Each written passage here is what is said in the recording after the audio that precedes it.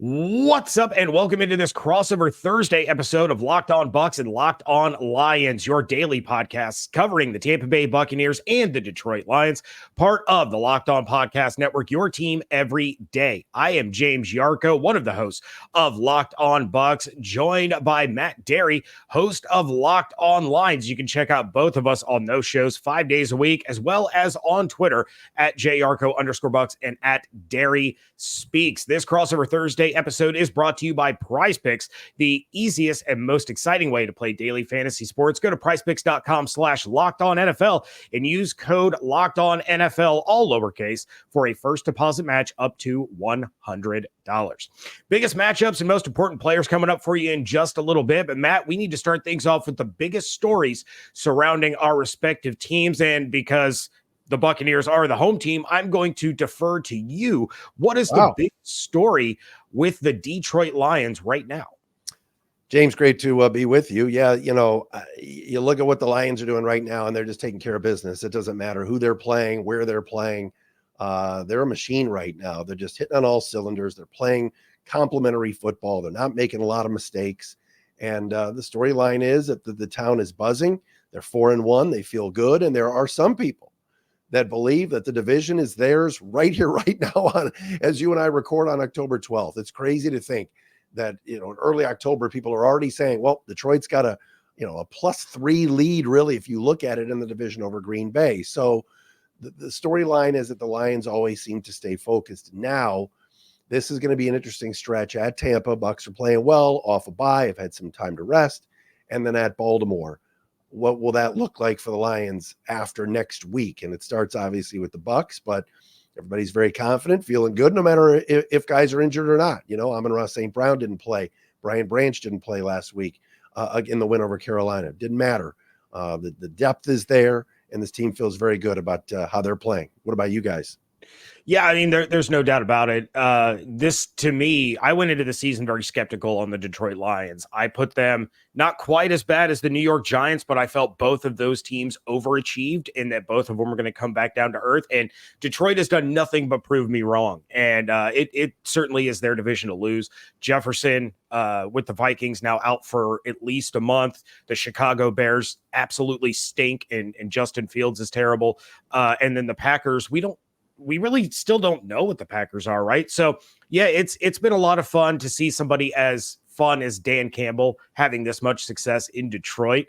But obviously, my viewers and listeners want to see that downfall this week. Sure. The biggest story around the Buccaneers right now is getting healthy off that bye week. Heading into week 4 against the New Orleans Saints, there were issues on that injury report, but some big names for the Buccaneers have been injured throughout the year. You've had Devin White dealing with a groin injury and a foot injury. You've had Vita Vea dealing with a pec injury. Carlton Davis already missed a couple of games this season with turf toe. He returned against the Saints and looked pretty good. Jamel Dean, he missed week 4 against the New Orleans Saints. Mike Evans left that week 4 game at halftime with a hamstring injury.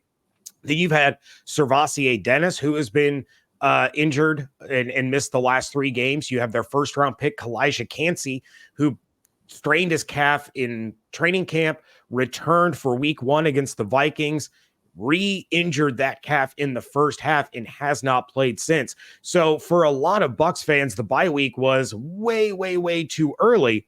But you take a look at some of the names on this list, some of the injuries they've been dealing with, getting this bye week ahead of a huge matchup that could have playoff implications against the Detroit Lions. And then you got to turn around and you have a divisional matchup against the Falcons. You got to travel to Buffalo and play the Bills in prime time. You have to travel to Houston, who has been playing pretty well. They certainly have what looks like the best quarterback of that quarterback class in CJ Stroud. So it's all about getting healthy and which of these players are going to fully return for this matchup against the Detroit Lions. Will we see Kalijah Cansey, who brings a completely different layer to the defense? Is Mike Evans going to be okay? Is Jamel Dean going to return to his role as the starting corner? So those have been really the big things surrounding the Buccaneers in a relatively quiet bye week, which is what you hope for.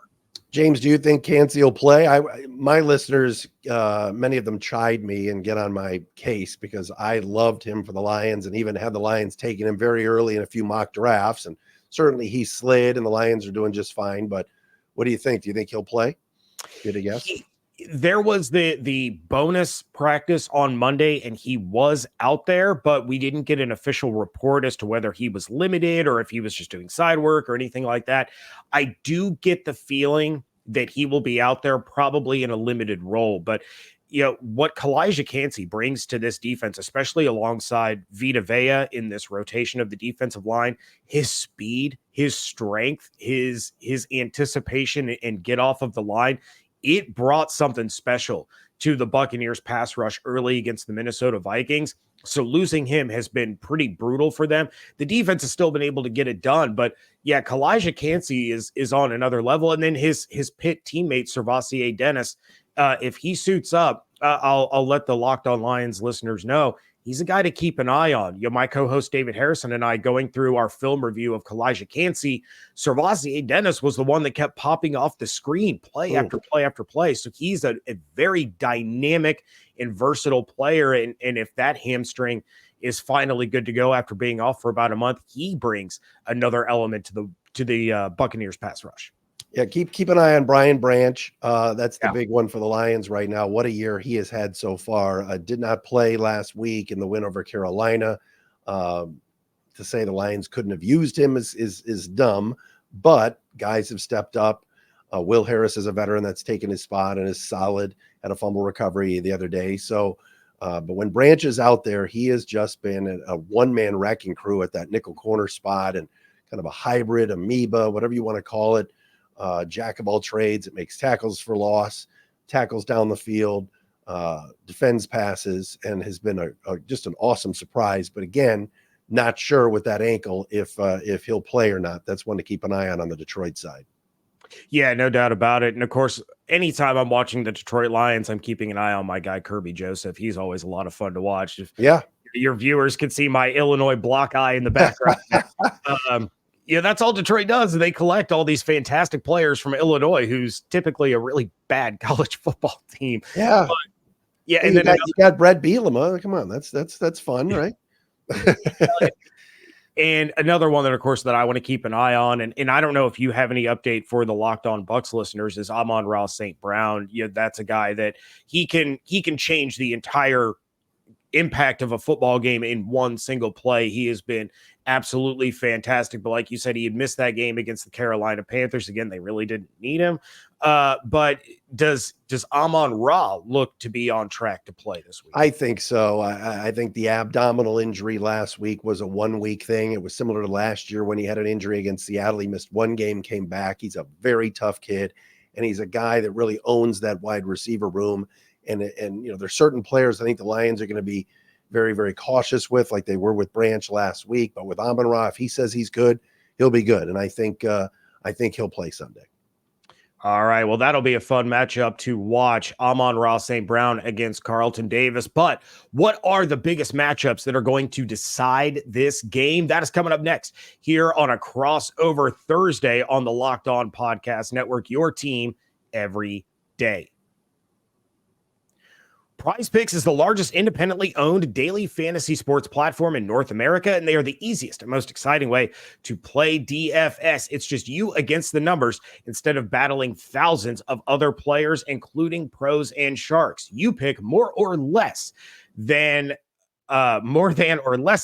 on a 2 to 6 player stat projection and watch the winnings roll in. PrizePicks is really simple to play. I can make my picks and submit my entry in less than 60 seconds. And with quick withdrawals, easy gameplay, and an enormous selection of players and stat types, that is what makes PrizePicks the #1 daily fantasy sports app. And PrizePicks now offers Apple Pay for quick and easy deposits into your account this football season. This week, I am going with Mike Evans to have more than 60.5 receiving yards, Zach Wilson to have less than 195.5 passing yards, and Travis Etienne to have more than 0.5 total touchdowns. Go to PrizePicks.com/LockedOnNFL and use code LockedOnNFL for a first deposit match up to $100. Again, go to PrizePicks.com/LockedOnNFL and use code LockedOnNFL for a first deposit match up to $100. PrizePicks, daily fantasy sports made easy. Thank you again for making Locked On Bucs and Locked On Lions your first listen or view every single day. Every dayers, make sure you are coming back tomorrow as Matt is going to give you a final preview of this game, and David and I will do the same over on Locked On Bucs. But Matt, every game boils down to a few key matchups, and for the Lions to continue their reign over the NFC North, what is the matchup that they need to exploit against the Tampa Bay Buccaneers? You know, I'm no Todd Bowles fan. All right. I never have been. But I like the fact that I think for this year, obviously, and you know this better than me, you're watching them every day, that offense seems to be clicking a little bit. The changes that they made, and the offensive line is so much better. I'm interested in watching if the Lions can get to Baker Mayfield and disrupt him. Your tackles, I'm a huge Wirfs fan. Do they move Aiden Hutchinson over to the other side to go up against Wirfs? Do they keep him on the right side against Big Luke? I mean, who knows? But I'm interested in watching what they do with Hutchinson, how the Lions pass rush handles what has been a really solid group so far for the Bucs and giving the quarterback some time. I mean, certainly when Baker Mayfield was in Cleveland, he played behind some pretty good offensive lines, but threw the ball sometimes to the other team, and it was just not working out. All of a sudden, he seems to be reborn, but bothering him at home, getting after him a little bit. Will Aaron Glenn send more people? Didn't really do a ton of blitzing this past week against Bryce Young, and really the sacks weren't there, but it was a lot of disruptions. It was a lot of happy feet. And again, it also helped that the Lions picked off some passes, and certainly Hutchinson made one unbelievable play on a screen. So O-line versus D-line, Lions D-line against Bucs O-line. That's a matchup I'm definitely interested in watching. Yeah, I'm actually going to talk a little bit more about that coming up in just a minute. But when I take a look at these two teams, the biggest matchup that I'm keeping an eye on is the duo of Lavonte David and Devin White going up against David Montgomery. Montgomery has been an absolute stud. Back-to-back 100-yard games, averaging over 4 yards a carry, getting in the end zone 6 times in 4 games because he didn't play against the Bears, or not against, was it against the Bears that he didn't play, or the Falcons? Falcons game, yep. Falcons. Yep. Okay. So half of those touchdowns came at the expense of the Packers, but still, you're talking about 6 touchdowns in 4 games. Yeah. And, over 20 touches in 3 of the 4 games that he played in. That means he's going to be a big part of the Lions game plan. And it's going to be on Lavonte David and Devin White to limit his output as much as possible. And if they're able to keep Montgomery's gains to a minimum, force those 3rd and medium, those 3rd and long situations when Todd Bowles can dial up the pressure like he's done all year long, bringing it from all different angles and get after Jared Goff. The Buccaneers have been extremely opportunistic this season. They have 10 takeaways, and they're tied with the 49ers for the best turnover differential in the NFL with a +7. And they've done that by bringing that pressure on the quarterback from all different angles, disguising the blitzes, and creating chaos in the backfield of opposing offenses and forcing the quarterbacks into mistakes.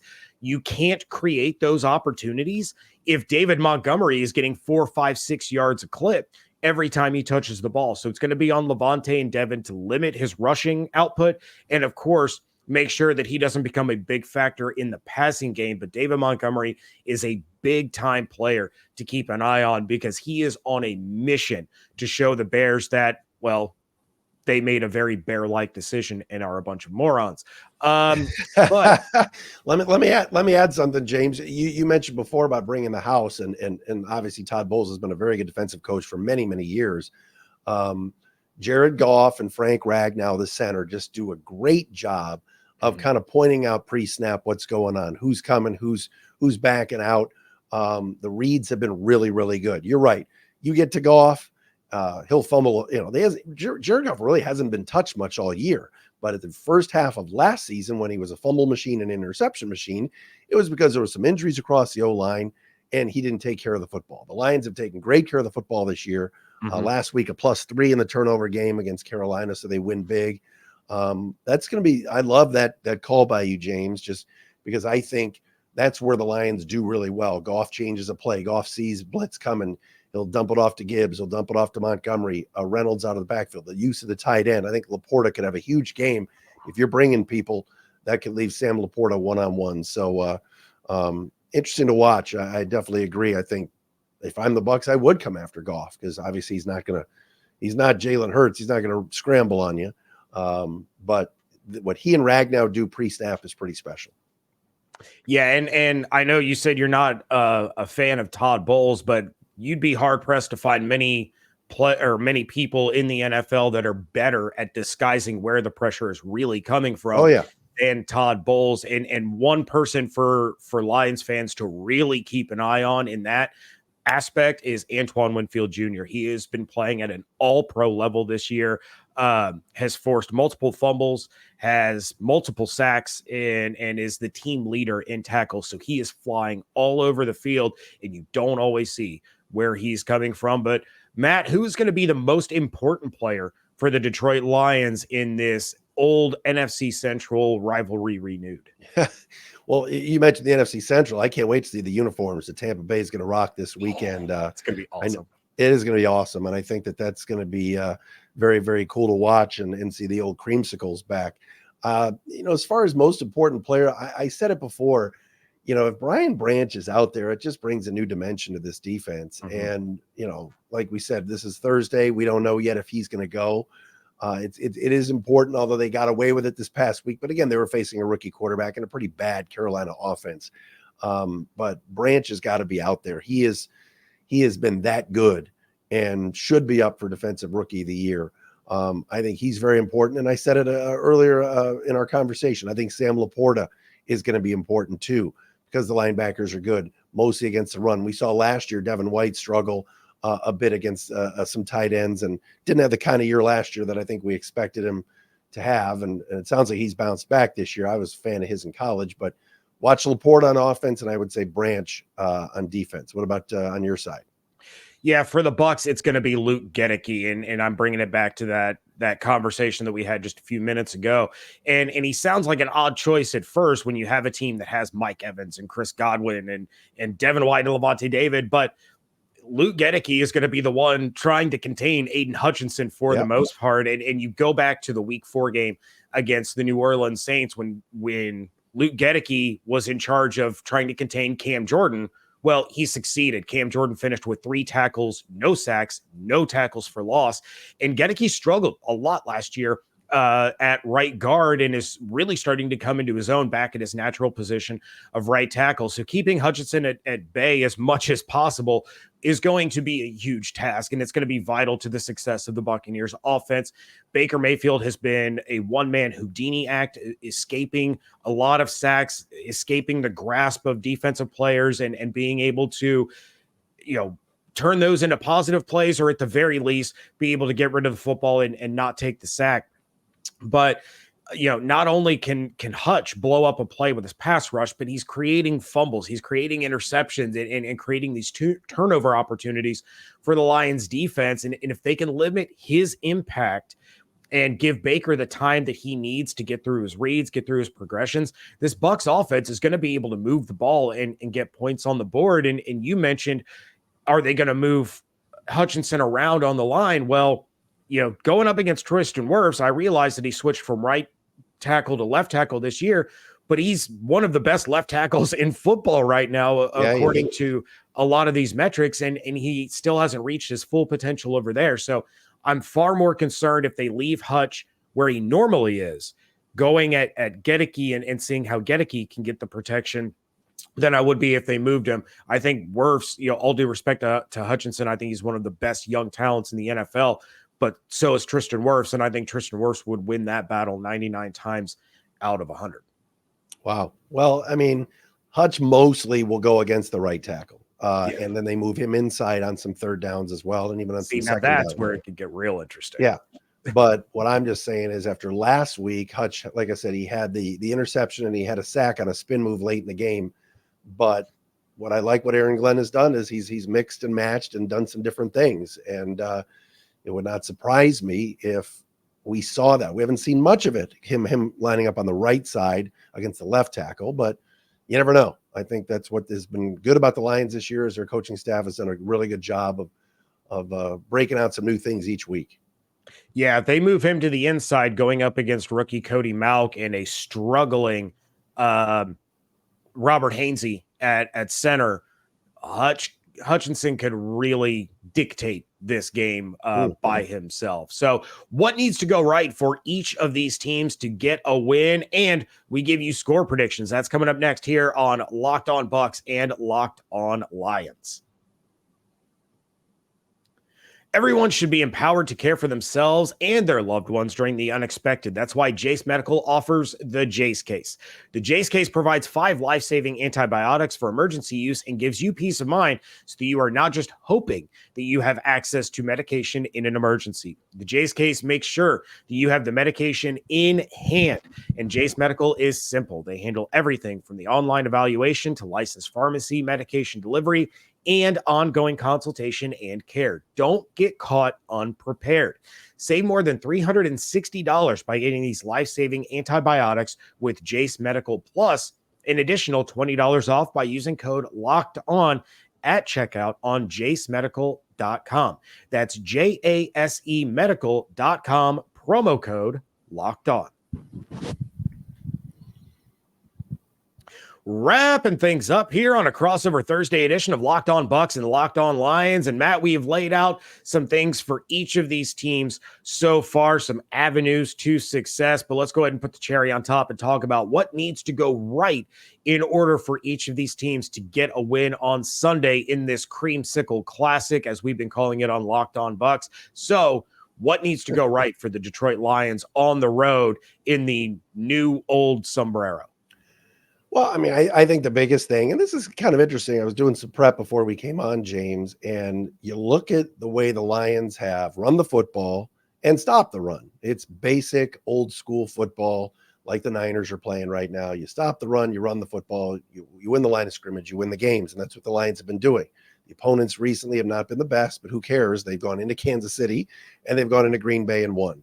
What I find interesting is the advanced number saying that the Bucs run defense is god awful when you just look at the normal numbers and all right, they're like a top 10 run defense in terms of yards and yards per game given up, but PFF and others, and I'm a PFF guy, they think that your run defense can be had. So if the Lions can run, and it's Montgomery, it's Gibbs if he's healthy, if it's Craig Reynolds, keep the Bucs offense off the field and establish that run and do that on the road and make a little bit of a statement and go up against some pretty darn good players. You mentioned the linebackers and Vita and all these guys.